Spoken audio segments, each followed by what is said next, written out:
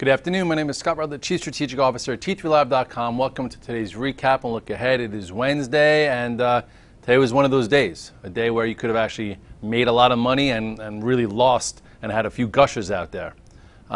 Recently, there's been a few things that have been kind of reoccurring, right? First of all, in the S&P, it's been very choppy. You can't buy high, and even when you thought we were going to break down, it wouldn't happen, and kind of frustrating both sides of the tape. We've had a lethargic high beta tech arena where most leaders, like Google, Amazon, even Facebook now, Netflix, they're all getting below the 8 and 21-day moving average. Yesterday you had, the high, I don't even know high betas, but the IPO names that have had a huge run had a big engulfing down day, when the market wasn't even that weak, giving you some signs that maybe some froth is coming out. And then today, you put it all together, you had, Hillary Clinton come out and say, Mylan's got to reduce prices, and then the bios that were green, looking good, all of a sudden got hit hard, and a lot of momentum was lost from other things, and then the erratic, choppy downside we've seen in the miners got accelerated. We flashed a few different sell signals in gold, and especially the miners when they lost their 8 and 21-day moving average. So let's just get into it right here, because I came in today with, I think, 8 longs. So today I was able to sell some strength, salvage my trades the way I usually do, and also be not in the crazy spots because they gave you some clues to be out of the way. So anyway, here's first. First of all, this is the SPX, and this is the move since post-Brexit. So at this point, this again was where we reclaimed the 8 and 21-day. Here was your breakout. It's been pretty choppy and a little nutty since. On this day, we pretty much are right at the trend line. So some people buy it right on the trend line, some people reduce, or some people anticipate a break of it. You could pick whichever way you want. At this point, the double top that some people were calling on yesterday got a little bit confirmed, short term, or at least confirmed to reduce risk by one, getting back below the 8-day and closing right on the 21-day and engulfing this range. Last time this happened, you at least had a move lower before reversing up. This time, we'll see. But there are some other things going on here that look different now. The IBB. I was long the IBB, thinking that here we go.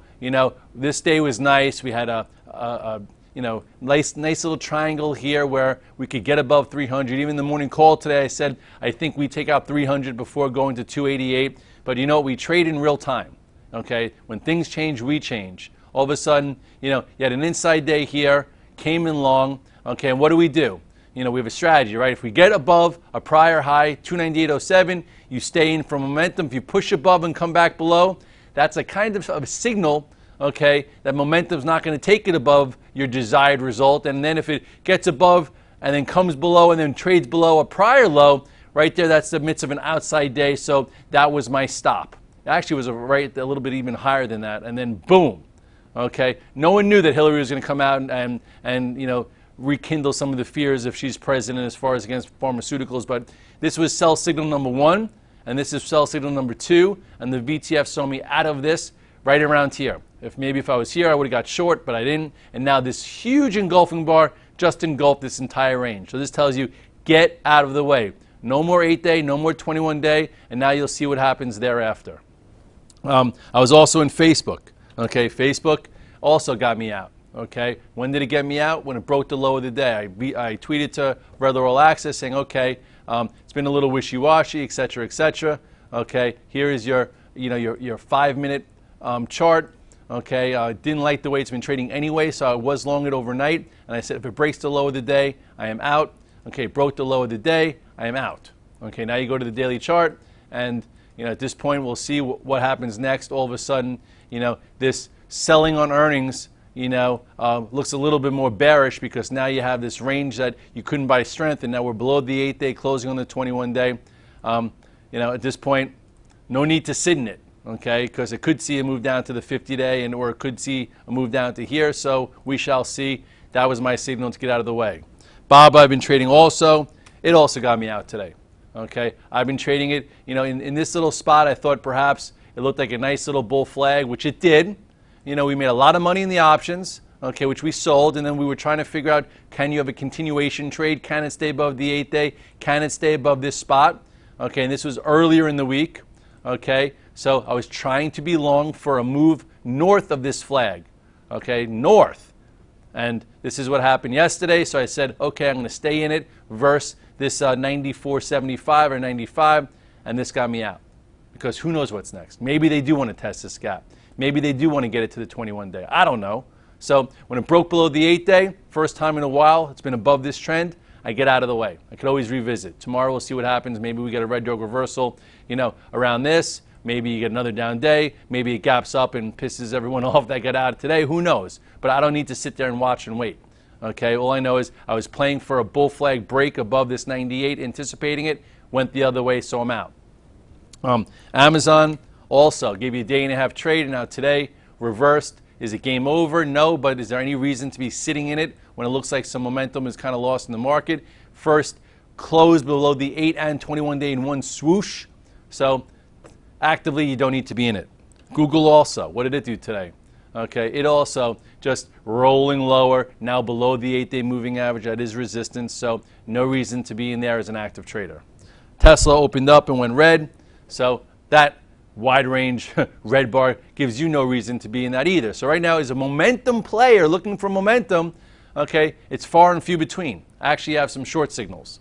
Then yesterday, I talked about the outside day or the red dog reversal sell signal in ACAI and Twilo. Okay, and look at this, how far these things have come. Who knows what was going to happen today? All of a sudden, boom. Okay, here was your reversal when it went above the prior high and closed in the dead lows, and here is your follow through. And now what is it? Below the 8-day, so now it's changed. Doesn't mean it's over, it means it's changed. You have to be a bit more careful with your buys. So we shall see and we shall test. This was your breakout. Here is your earnings gap. Now you're below the 8-day, and here's your 21-day. So there's a lot of room there. Okay, tomorrow maybe we'll see how it handles this spot. If it opens down, if it opens up a little bit, we'll see if it trades below this pivot, and then that's what we'll use. So, could be a lot of activity in the next 2 days in these things. But all in all, if you were playing for upside momentum, this bar said, and now you got day 2 down.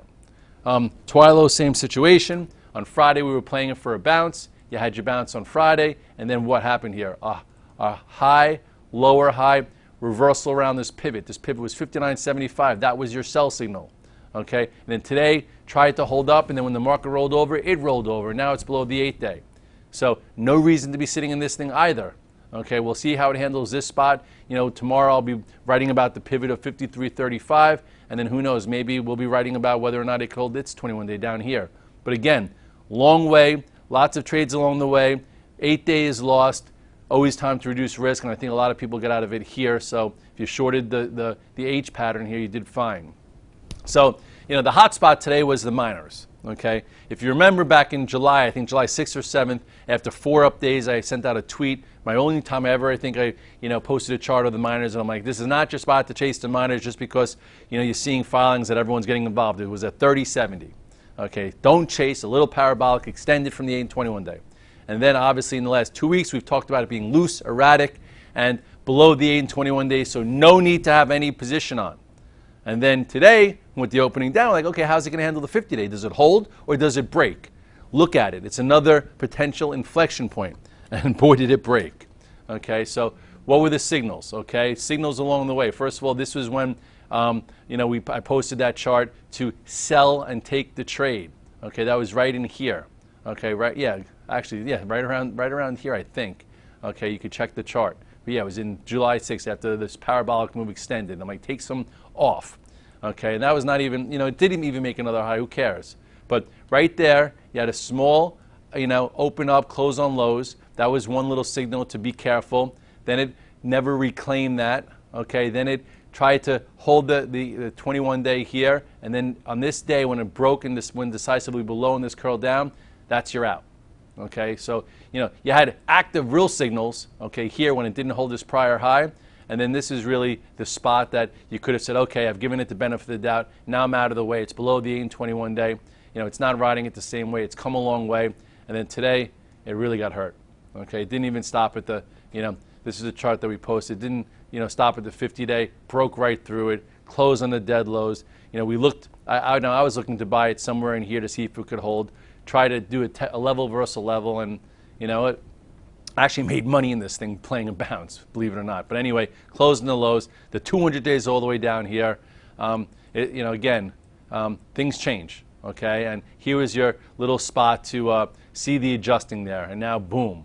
Okay, some people went out short. I don't think going out short's the way to go, considering where it came from to here. But look at where it came from. I wouldn't just be buying a dip and cost averaging in, because who knows where it could really go. That's why we did a level versus a level. And the nugget was actually even weaker. Holy cow. This it was even more pronounced. Look at the size of this outside day here. Opened up, couldn't get, broke the 8 day. This is when this level was broken, and the 21 day. So, if you gave it the benefit of the doubt, really your active swing should have been done at 155. If it was done there, you saved yourself 55 points. Tried it a few times today, just did not work. Here was your 117. Here's, it actually broke the 50-day. Well, let's see. Actually, look at this over here. Maybe we'll see that tomorrow. It broke this accelerated trend well up here. Okay, now we'll see. Maybe there's a red dog reversal tomorrow, because people cover a little bit in front of, Jackson Hole Friday. But all in all, sell signal, okay, here. Confirmed sell signal there below the 8 and 21 day. Okay, and then boom. You no need to be in that. So, here we are. Was that the top in the S&P? Who knows? Okay, was it today a spot to reduce risk, sell some strength, and and then also salvage some plays where you take a little loss, especially if you've been trailing it for a while? I do think so. I'm actually net short S&P overnight. We'll see what happens. I hate being net short S&P overnight, and I got stopped out of mostly everything. I even cleaned up Square just because I felt like it's still fine. It's extended from the 8 day. Maybe I'll buy it back there. Apple, at this point, it's kind of bending a little bit. I don't see any reason to be running, to grab it. This probably thing could come into the 21 day also. Here, I put the iPhone to head call that it can get to 108 to 112. Well, it went to 110 and change. Not a bad move. Bought the 105s right around here. I sold the 110s, and I'm just gonna let the call spread go. I actually sold some of the 105s. I'm keeping the 110 shorts just to, try and be a little cute. We'll see what happens there. But no reason to be in the stock yet. And I think I covered everything. So, Jackson Hole's Friday. Definitely some warning signs. The Dow was only down 70 points. It felt like it was down 250. Lots of momentum's been lost. Last 2 weeks, high beta tech gave you some signals. Yesterday, finally the IPOs gave you its first signal. The momentum in the miners were lost weeks ago and then accelerated. Banks are kind of strong, but I don't think you could hold your hat on that.